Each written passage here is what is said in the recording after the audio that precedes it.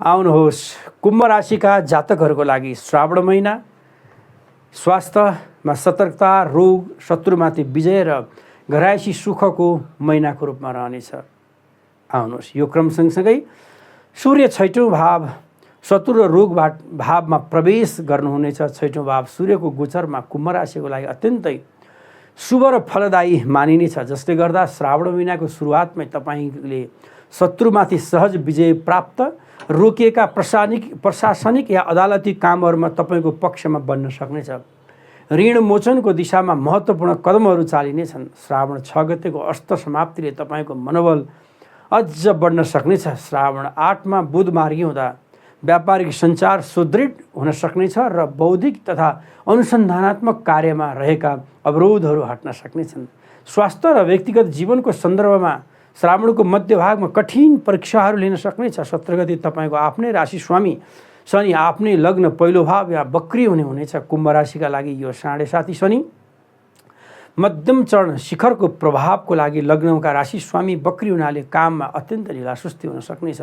शारीरिक आलस्यता, मानसिक दबाव बढ्न सक्नेछ। जोर्नी दुख्ने, थकान लाग्ने र हड्डी या नसा सम्बन्धी समस्याहरू निम्त्याउन सक्नेछ। योग र ध्यानलाई दिनचर्यालाई बनाउनुहोस्। कुम्भ राशिका लागि यो महिना अत्यन्तै जरुरी छ योग, व्यायाम र ध्यानको लागि भने सोही दिन शुक्र 7औं भावबाट 8म भाव सङ्कट र आयु भावमा नीच भई प्रवेश गर्नाले 8म भावमा नीच शुक्रले अचानक आर्थिक नोक्सानी, विलासिताका कारण अनि रोग, लुकेका खर्चहरू बढ्ने र यौन या मूत्र प्रणाली सम्बन्धी केही समस्याहरू देख्न सकिनेछ।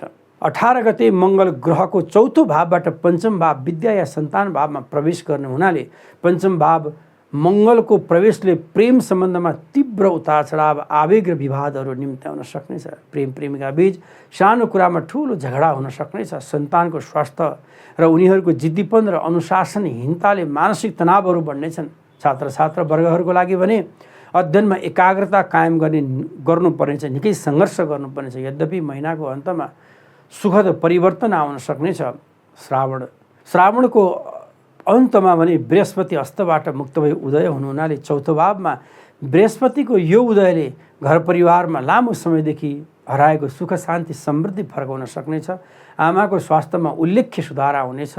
जग्गा जमिन या पैतृक सम्पत्तिको विवादहरू सुल्झन सक्नेछन्। जागिरी काम कमाई उन्नति प्रगतिहरूमा भने राम्रो साथ र राम्रो सफलता प्राप्त हुनेछ भन्दै म भूत बाबन भोले बाबा शिवजीको आराधना गर्नुहोस् भन्दै जय भोलेको शुभकामना अर्पण गर्छु। जय होस्।